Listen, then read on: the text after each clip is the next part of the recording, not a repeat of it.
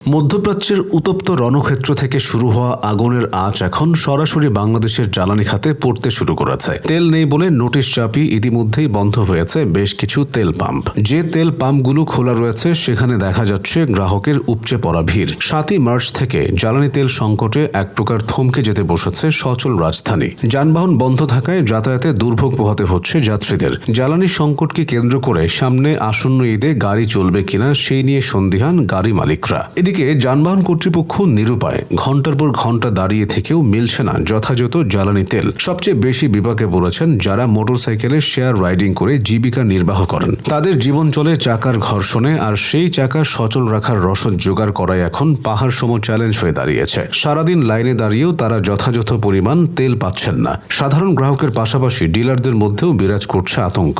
ডিপোগুলোতেও তেলের জন্য ডিলারদের অস্বাভাবিক ভিড় লক্ষ্য করা গেছে। দীর্ঘ সময় লাইনে দাঁড়িয়ে মানুষের চোখে মুখে উদ্বেগ আর অনিশ্চয়তার ছাপ স্পষ্ট। বিশ্ব রাজনীতির জটিল সমীকরণে হরমুজ প্রণালীর অচলাবস্থা বাংলাদেশের সাধারণ মানুষের জীবনযাত্রার উপর এক বিশাল অনিশ্চয়তার ছায়া ফেলছে। বাংলাদেশের মোট জ্বালানি চাহিদার প্রায় 95% মেটানো হয় আমদানির মাধ্যমে। সমুদ্রপথের এই জটিলতায় আমদানির চাকা যখন স্থবির হওয়ার উপক্রম, তখন তার সরাসরি প্রভাব পড়ছে রাজধানীর রাজপথে। এই অস্বাভাবিক পরিস্থিতি নিয়ন্ত্রণ এবং জনমনে আতঙ্ক দূর করতে কৌশলগত অবস্থান নিয়েছে বাংলাদেশ পেট্রোলিয়াম কর্পোরেশন বা বিপিসি।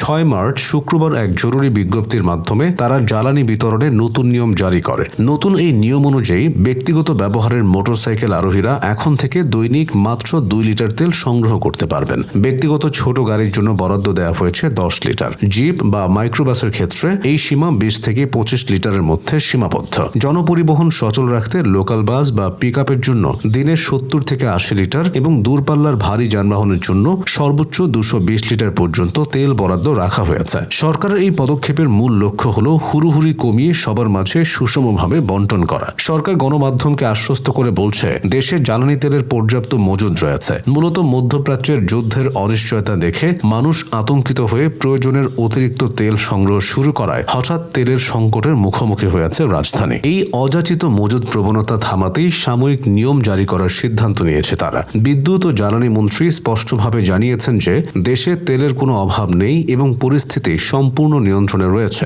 9 মার্চ দেশে আরও 2টি বড় তেলবাহী জাহাজ বা ভেসেল পৌঁছানোর কথা রয়েছে। সরকারি ভাষ্যমতে সরবরাহ ব্যবস্থা আগের মতোই সচল রয়েছে এবং তেল নিয়ে সারা রাত লাইনে দাঁড়িয়ে ভোগান্তি পোহানোর কোনো যৌক্তিক কারণ নেই। বিপিসি আশাবাদ ব্যক্ত করেছে যে আমদানির সূচি যেহেতু স্বাভাবিক আছে, তাই খুব দ্রুতই এই অস্থিরতা কেটে যাবে। রেল ওয়াগন এবং ট্যাঙ্কারের মাধ্যমে দেশের প্রতিটি প্রান্তে তেল পাঠানোর কাজ নিরবচ্ছিন্নভাবে চলছে। সরকারের প্রধান লক্ষ্য এখন একটি শক্তিশালী বাফার স্টক বা আপদকালীন মজুদ গড়ে তোলা, যাতে বিশ্ববাজারের অস্থিরতা দেশের অভ্যন্তরীণ বাজারে বড় কোনো ধাক্কা দিতে না পারে। ফিলিং স্টেশনের কর্মকর্তারাও একই সুরে কথা বলছেন। তাদের মতে সরবরাহ লাইনে কোনো ত্রুটি নেই, কেবল মানুষের মধ্যে তৈরি হওয়া কৃত্রিম চাহিদাই এই সাময়িক সংকটের প্রধান কারণ। যান্ত্রিকী শহরের চাকা আবার স্বাভাবিক ছন্দে ঘুরবে যদি আমরা গুজব আর আতঙ্কে কান না দিয়ে সরকারের নির্দেশনা মেনে প্রত্যেকে নিজ নিজ জায়গা থেকে দায়িত্বশীল আচরণ করি।